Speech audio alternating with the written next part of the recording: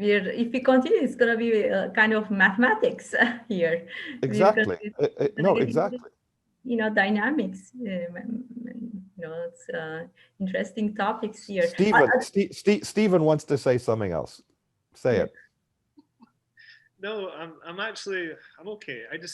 I find the kind of angle which I'm trying to get to, but maybe I'm not expressing myself very well, is more so how to, like earlier on we spoke about how the basketball players and the sportsmen and the celebrities and stuff in LA, they don't buy art, and it's mainly because They do buy art. It's a generalization. They don't buy art at scale. Yeah. but then like general Joe Blogs who walks down the street, maybe they don't buy work because maybe they feel the whole kind of market of buying or the process of buying is an intimidating thing to get involved in. So I think it's actually an interesting way to look at it, how at an economic level of how do you transfer or convert the customer, or not even the customer, convert somebody from not buying art into buying art. And the only way to do that is actually changing the whole kind of market in general and giving either more access or education or something like that to let people understand why they need to buy an artwork and kind of make it part of their life. And it's very easy for an artist to go to the studio and make work all day, but there's no point making work all day just to collect it in your own studio if there's a problem with people seeing it and getting the opportunity to buy it, if you know what I mean.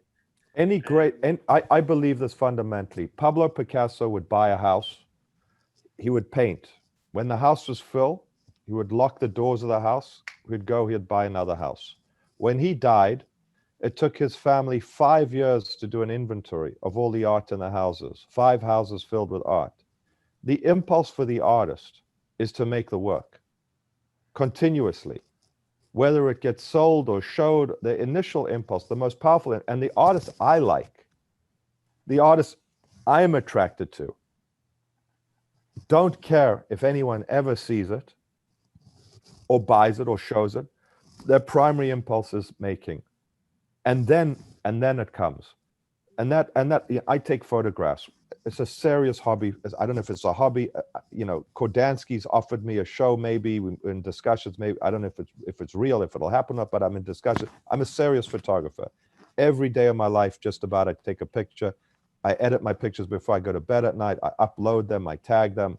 It's a practice. I don't care if you give me a show, you publish a book. I don't care. People say, why don't you do shows and take it seriously? I take it I take it very seriously. You know why? Because my entire life I've been doing it, and I've been dedicating a few hours a day to it, 7 days a week. So I don't care. I don't need any validation. I think the pictures are good. I share them. I tag them. I put them on Instagram. People, where can I see on Instagram? But they're serious pictures. They're showing serious. And I think that like impulse, which is almost like, I just cannot not do it. And I think like for me, this is what makes artists great. Like, I'm depressed because no one sees my work. My studio's filling up. Greatness comes through just obsessive. And Hilma F. Klint, who we see, a lifelong of production, sight unseen, and also, well, I don't want to be like Hilma F. Klint and be dead when my work gets seen. The initial impulse for great art is actually just making it in the studio. That's where that doesn't happen, then nothing happens. It might not be timed perfectly where you make it, people see it, you're deified, you're institutionalized. The timing of it might be off, but the production of it in my business, and that's why I finance art production. The financing of artistic production is the key component. It's the key ingredient to everything, because without the financing of that production, there's nothing that exists to do anything in 100 years, 200 years, 50 years. This last comments, I think, extremely good and important. And these issues haven't discussed before, never heard actually. This importance of financing art in the studio, helping artists directly, because maybe before galleries were financing their own artists in 50s or even before, but I haven't heard many galleries doing that financing their artists to produce, or buying all the works upfront, even before. Well, in the 19th century, dealers would go and well, not 18th century, so they'd buy inventory from the artist and then resell it. Museums would sell work. The idea that museums don't deaccession work is a very post-war kind of thing. 19th century institutions would finance themselves through having shows and salons and selling work to collectors to finance themselves. There's a whole bunch of mythologies that have been built up around a post-war art system that are breaking down because of the interconnectivity of dealing. So what, your comment about your Oscar being an Instagram gallery, maybe it is, but isn't that great that this guy in my, why is that a denigration? Isn't it great that he can that he can sit in Mallorca and do this, and people can buy work for $5,000 or $3,000 or $4,000 and get something that they actually enjoy, and it's easy, and they don't have to go through a blood test to define what kind of individuals they are, if they're good people or bad people, if they're good collectors. Yeah, I like Oscar. I do business with them. He's doing a show with Mark Horowitz and Petra Kortright, two artists I work with, in November. Petra's probably my most successful artist. She's in every major museum collection in America, just about. And I've bought some beautiful things from him. And he's turned me on to works that I wasn't aware of. By the way, I ask you so many questions, Stephen, because you honestly have the best Irish voice on here. So Irish. I'm Scottish. Sorry, Scottish. I'm an idiot. No, you're not. No, you're not. I have a Scottish deerhound. I just got a Scottish deerhound. Beautiful dog. Beautiful. He's 85 pounds. It's so beautiful. And one of my best friends, a Scotsman named Dougray Scott, who's a Scottish actor. I don't know if you know him. No, I don't. He's great. Check out the Irish wolfhound dogs. They're beautiful too. I know, they're bigger. Yeah, they're lovely. Oh well.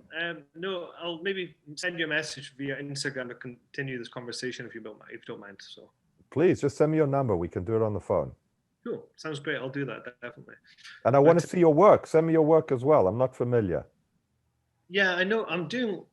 I'll message you with some images, but I know a lot of people in common with you and people you've done work with, so you'll probably recognize it. So, which gallery are you with? I'm doing stuff with Rod Barton at the moment. You know Rod? I love Rod.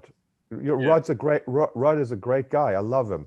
Rod took a lot of heat from a lot of people, and you know what? He has a great eye. He's a decent man. He's terrific. And I watch people attack Rod. Horrible. Art world's full of nasty people, mean-spirited, petty. I'm publishing a book called Bad Collector. And in this book, it's a book of self-portraits, but I'm including every bad thing everyone has ever said about me, all the emails.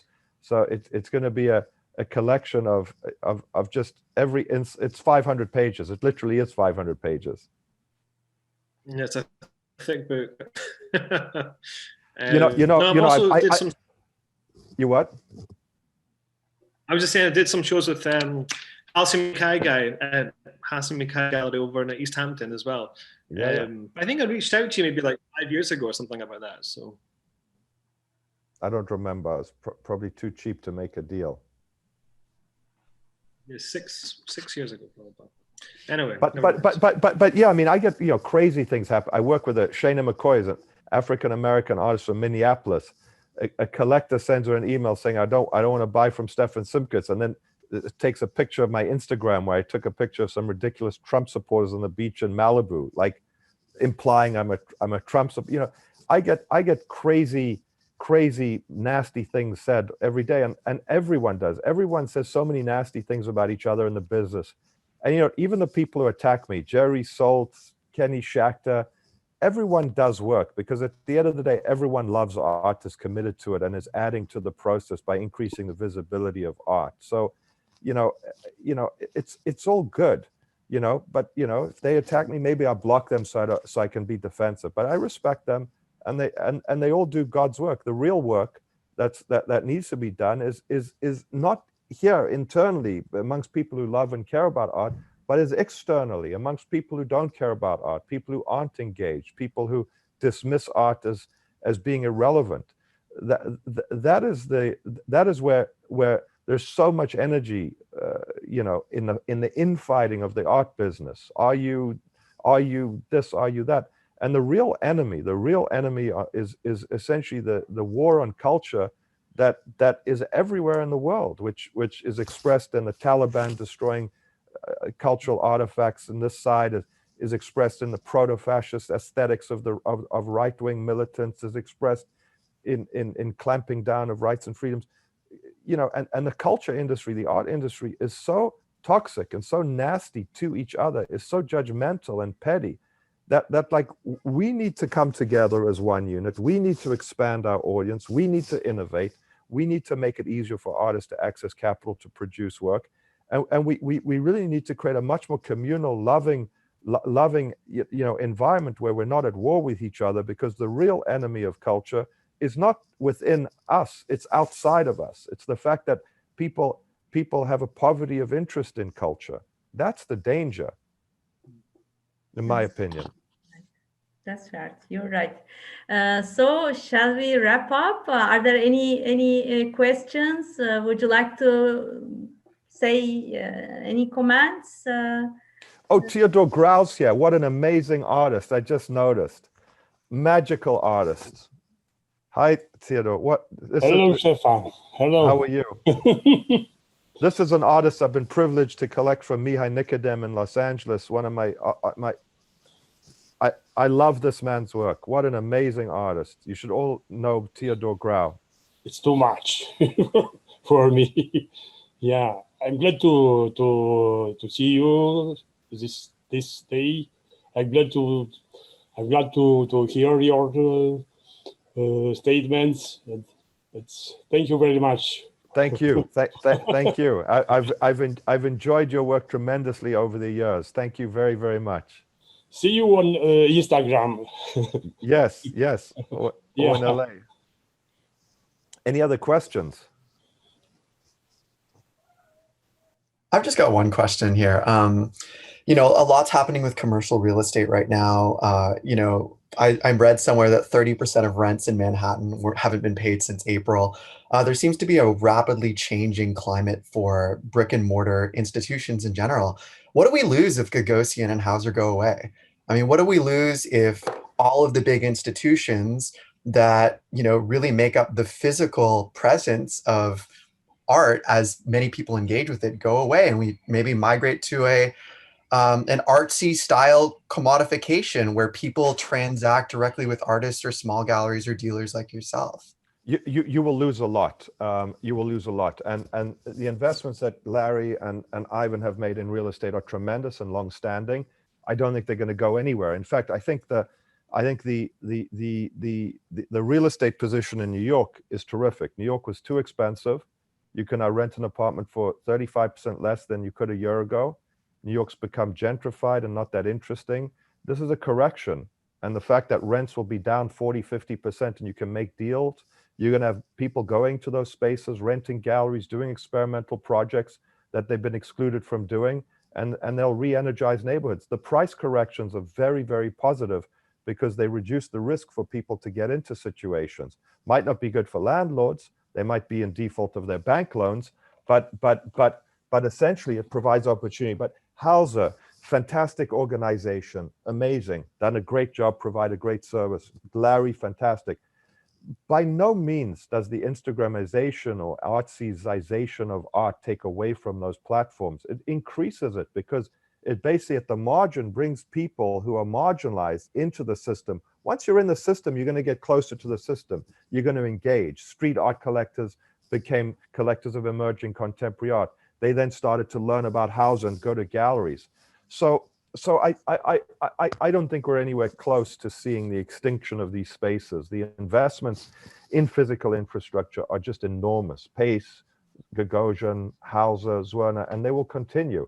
And as real estate gets cheaper, so those guys will have an opportunity to expand.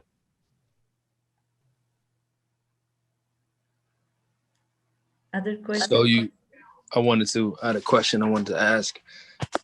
So you touched on, you mentioned like if you're collecting shoes, like sneaker collectors, and I've been very close to that. A lot of the guys I knew got their start by selling like Kanye's Louis Vuitton shoe, right? And now they're collecting works, and they were into cause very early. And these are really serious collectors. They know how to ship work. They figured out logistics around their things, and they know how to trade amongst one another. And also sell to one another, you know. And I know you were saying selling collector can be a tricky business. I was involved in a business in in 2012 or so, and that's what, you know, was the product. What do you see as the future of these folks being allowed or open and able to purchase in these spaces? How do you see that impacting the market, and maybe even impact how collectors trade with one another, how collectors do business person to person? I think it's, first of all, I think it's great, and I think a lot of these collectors will open up new markets for art, and will trade different kinds of art. I mean, the sneaker collectors, the guys who come from this world, are a terrific positive force to the art business, and they collect differently, and they engage differently, and they find different art because they're looking in a different way, and that difference essentially introduces new kinds of artworks into a system that have been excluded. And many of the street art collectors and street art, the sort of dealers of sneakers, come from urban communities, are African American, are looking at different areas of the market that have been historically excluded, and are bringing into the market great energy in collecting and introducing artists. You know, and I think we're living through a moment where some of the best things to buy are made by artists of color, African American artists in Africa. So I think they've been a huge contribution to the market, enormous on every front, both financially and culturally. Thank you. I mean, as an artist, that was one thing that, you know, really, I felt like I needed to make a decision on if a commercial art, this idea of what commercial art is versus studio art or fine art, and kind of deciding where. But everything is saying everything is sort of merging. And I just want to say something. I was in a talk recently, and I called someone a commercial artist. They got really insulted. Yeah. You can be a fine artist and you can make commercial decisions. It doesn't mean you are classically defined as a commercial artist, because and he explained it to me, and he said, well, I used to make advertising. I was working for an ad company. That's sort of commercial. I think the label of an artist who acts commercially is very different to a commercial artist. It is fine for artists to act commercially. And I think I've watched the forces of the street art collectors, the guys who collected cores. You know, you are, you know, it's so interesting here because I'm looking at the screen, and you are below this fantastic conceptual artist in Romania, Teodor Grau, who is like a Duchampian artist. And you're here talking about sneakers and urban collecting. This is the beauty of the art world today. On my screen, the two of you are right next to each other. And this is the miracle of having these different forces and energies come together and join together and share from each other and learn from each other, because Teodor can make you as an urban artist or collector more sophisticated, and you can make Teodor understand things that he doesn't understand about culture, about life, about engagement, because he might be stuck. So I think this melting pot and this vegetable soup that we're going through is fantastic. So I also think that art is traded, when it is traded into collector to collector, through very trusted networks, because you don't have like the legal contract necessary to enforce. So you're friends with this guy, I'll give you this artwork, you give me this artwork. These are all done within networks of people who know each other very, very well. And they're relatively small networks, and they create sort of inter-network liquidity, but on a very small basis that's sort of connected to a bigger system. But yeah, I'm very, very constructive on all this activity. So huge positive. Thank you. My pleasure. What other questions do we have? Hi, sorry, I don't have a question. I just wanted to say that I think you're really awesome and you're super inspiring, and I'm really happy and really grateful to be able to be in this conversation. Thank you.